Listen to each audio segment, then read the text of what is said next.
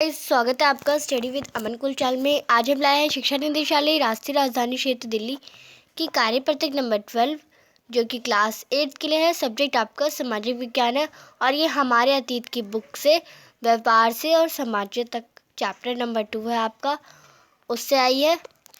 Date है आपकी 6 नवंबर 2020 और ये आपका पार्ट 2 है इस चैप्टर का। पार्ट 1 आप मेरे चैनल पर जाके देख सकते हैं। व्यापार से युद्धों तक। अब हम देखेंगे कि जो ईस्ट इंडिया कंपनी ने व्यापार किया था उससे आगे चलते युद्ध कैसे हुआ। तो आगे बढ़ते हैं हम। तो अगर आपने अभी तक मेरे चैनल को सब्सक्राइब नहीं करा तो सब्सक्राइब करें और बेल आइकन को ज़रूर प्रेस करें, और अगर आपको ये वीडियो अच्छी लगी तो लाइक भी करिएगा। औरंगज़ेब की मृत्यु के बाद मुग़ल शासन कमज़ोर हो गया था। जो औरंगज़ेब था उनकी आपको पता ही है, वो मुग़लों का आखिरी शासक था और उनकी मृत्यु के बाद जो शासन था वो बहुत कमज़ोर हो गया था और जो क्षेत्रीय शासक थे वह अपनी ताकत दिखाने लगे थे। बंगाल के नवाब ने ईस्ट इंडिया कंपनी को रियायतें देने से मना कर दिया था और व्यापार के अधिकार के बदले नजराने मांगे। तो आपको पता ही है कि जो बंगाल के नवाब थे उन्होंने ईस्ट इंडिया को वहाँ पे रहने के लिए मना कर दिया, और अगर रहना है या अधिकार व्यापार करना है तो टैक्स देना ही पड़ेगा। साथ ही साथ सिक्के ढालने और किलेबंदी बढ़ाने से भी रोक दी, और जो वहाँ पे रहने के लिए किलेबंदी कर रहे थे उसे भी रोकवा दिया। कंपनी और बंगाल के नवाब के बीच ये टकराव बढ़ता गया और ये बहुत ज़्यादा बढ़ता गया।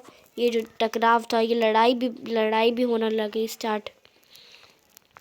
सन 1956 में अली वर्दी खान की मृत्यु के बाद सिराजुद्दौला बंगाल के नवाब बने, और जो बंगाल के नवाब थे अली वर्दी खान, उनकी मृत्यु हो गई थी 1756 में। उनकी मृत्यु के बाद जो सिराजुद्दौला बंगाल के नवाब बन गए, जो उनके ही कोई रिश्तेदार या कोई होंगे वो नवाब बन गए। कंपनी को उनकी ताकत से भय था, तो जो कंपनी थी वो उनकी ताकत से डरती थी, भय था उसे। किनकी ताकत से? सिराजुद्दौला की। कंपनी उनकी जगह कठपुतली नवाब चाहती थी, यानी जो उनके काम मतलब उनके कहने पर चले, कठपुतली किस तरह, जो उनके इशारों पर नाचे। यानी जो कंपनी चाहती थी कि ऐसा नवाब होना चाहिए जो इनके इशारों पर नाचे, यानी कठपुतली जैसा। तो सिराजुद्दौला ने कंपनी को उनके राजनीतिक मामलों में टांग ना अड़ाने का हुक्म दिया और टैक्स अदा करने को कहा। तो जो सिराजुद्दौला थे उन्होंने कंपनी को कहा कि वो आप हमारे राजनीतिक मामले में दखल अंदाजी या टांग ना अड़ाएं और टैक्स दें अगर आप कंपनी चलाना चाहते हैं तो। लेकिन कंपनी ने बात नहीं मानी। फलस्वरूप कासिम बाजार स्थित इंग्लिश फैक्ट्री पर नवाब ने कब्जा कर लिया, और जो कंपनी थी उसने बात मानी ही नहीं। और जो कासिम बाजार में एक इंग्लिश फैक्ट्री थी वहाँ पे उन्होंने नवाब पर कब्जा कर लिया। तो जो नवाब थे सिराजुद्दौला, उन्होंने इंग्लिश फैक्ट्री पर कब्जा कर लिया और कोलकाता के किले पर कब्जे के लिए निकला, और वो कोलकाता के किले पर कब्जे के लिए निकले। कंपनी ने रॉबर्ट क्लाइव के नेतृत्व में सेनाओं को रवाना किया, और जब वो जो किले के कब्जे के लिए निकल रहे थे तो जो कंपनी थी उन्होंने रॉबर्ट क्लाइव, आप अच्छे से याद रखेंगे हर नाम को, ये आपके पेपर में कैसे ही पूछ सकते हैं। उन्होंने रॉबर्ट क्लाइव को सेनाओं के साथ भेजा।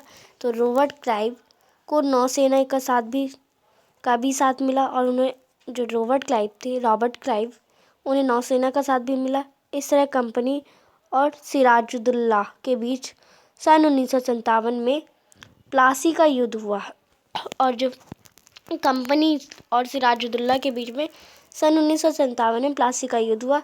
ये इस स्थान का यह नाम नहीं यही पाए जाने वाले पलाश के फूलों के कारण पड़ा। प्लासी यानी एक प्लासिक जगह का नाम है, और प्लासी का नाम इसलिए रखा गया क्योंकि वहाँ पे पलाश के फूलों पाए जाते थे, इसी कारण से पड़ा।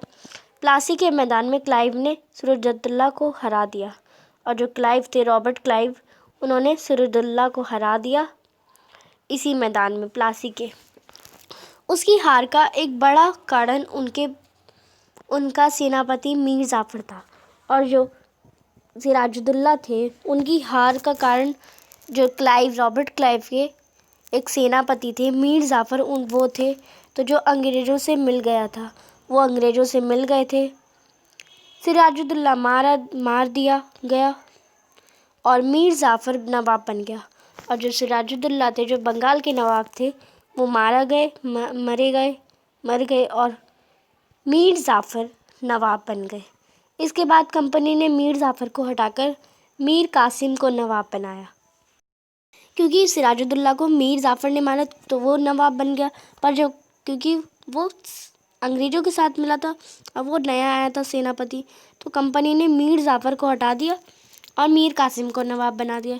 लेकिन जल्द ही कंपनी उससे भी असंतुष्ट हो गई और कंपनी ने क्योंकि उसकी भी मीर कासिम भी इतना बात नहीं मानता होगा, तो उससे भी असंतुष्ट हो गई कंपनी। और 1764 में बक्सर का युद्ध हुआ। अब बक्सर में युद्ध हुआ होगा।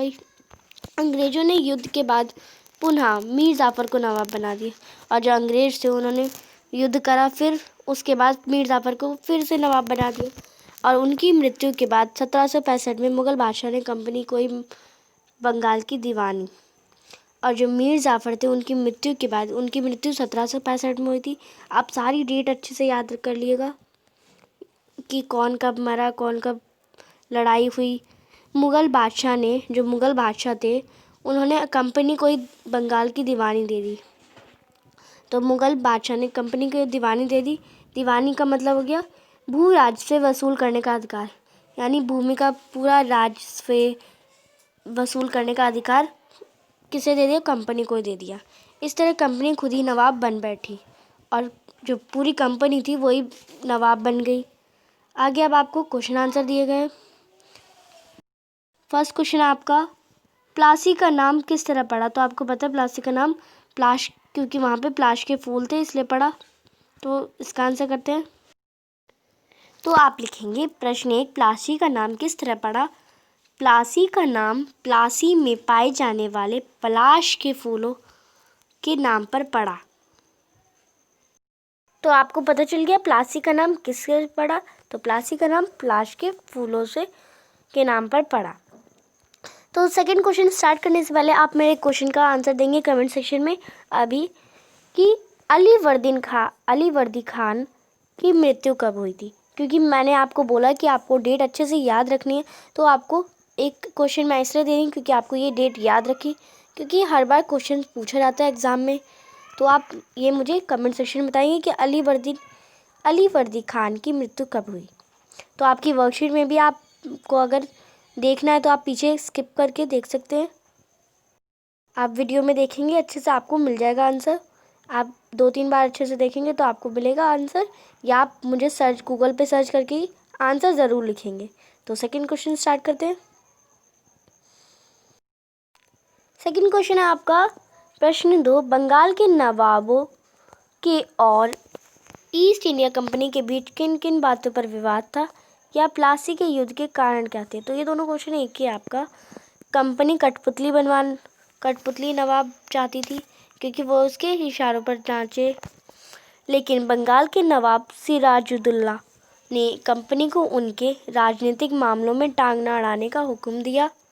तो जो बंगाल के नवाब थे सिराजुद्दौला, उन्होंने कंपनी को चेतावनी दे दी कि हमारे राजनीतिक मामलों में टांग ना अड़ाए, दखल अंदाजी ना करें। और नवाब ने टैक्स अदा करने को कहा। और जो सिराजुद्दौला थे, उन्होंने कहा कि आप अगर आप व्यापार करना चाहते हैं तो आप टैक्स ज़रूर दें, क्योंकि जो भी व्यापार करता था उसे टैक्स देना, अभी भी आज के ज़माने में भी सब टैक्स देते हैं, तो सबको टैक्स देना अधिकार था। कंपनी ने उनकी बात नहीं मानी, जिसके फलस्वरूप प्लासी का युद्ध हुआ। और फिर अगर कंपनी ने बात नहीं मानी और प्लासी में उनका युद्ध हुआ। तो यही आपका क्वेश्चन नंबर सेकंड का आंसर था। थर्ड क्वेश्चन चलते हैं। थर्ड क्वेश्चन है आपका, सिराजुद्दौला की हार का मुख्य कारण क्या था? अब जो सिराजुद्दौला थे उनकी हार का मुख्य कारण क्या था? क्योंकि सिराजुद्दौला की हार का मुख्य कारण उसके सेनापति में से एक सेनापति मीर जाफ़र था। तो जो सिराजुद्दौला के सेनापति थे मीर जाफ़र, उन्होंने ही उसके साथ हाथ मिला लिया था अंग्रेज़ों के साथ, और फिर अंग्रेज़ों के साथ हाथ मिलाने के कारण जो सिराजुद्दौला थे जो मीर ज़फ़र थे उन्हें सिराजुद्दौला के बारे में सब पता चला था, सब पता था कि ये क्या करते हैं। तो उन्होंने मीर ज़फ़र ने हाथ मिला लिया अंग्रेज़ों के साथ और वो मारे गए सिराजुद्दौला। तो यही उनकी हार का मुख्य कारण था। दीवानी से आप क्या समझते हैं? मैंने आपको अभी बताया दीवानी से आप क्या समझते हैं। भू राजस्व वसूल करने के अधिकार को दीवानी कहते हैं, यानी भूमि का जो राशि वसूल होता है उसके अधिकार को दीवानी कहते हैं। तो यही आपका क्वेश्चन नंबर 4 था। तो आपकी आज की वर्कशीट कंप्लीट होती है। तो आप मेरे चैनल को सब्सक्राइब करें और कमेंट सेक्शन में जो मैंने आंसर पूछा आप मुझे ज़रूर बताएं एंड आप लाइक करें इस वीडियो को। अगर आपको कमेंट में आंसर आता है तो आप आंसर देखिए, आपको इस पैराग्राफ में आपको अच्छे से आंसर मिल जाएगा। आप स्टार्टिंग में ही आपकी लाइन में था, आप अगर देखेंगे तो आपको मिल जाएगा आंसर। आप मुझे कमेंट सेक्शन में ज़रूर बताएंगे, इस वीडियो को शेयर करेंगे अपने दोस्तों के साथ और वो भी आंसर दे। अगर जो बच्चा आंसर देगा तो मैं नेक्स्ट वीडियो में उसका नेम भी लूँगी एंड अपना नेम लिखें और अली वर्दी खान कब मरा था आप ये बताएंगे। Thanks for watching video. Bye bye guys.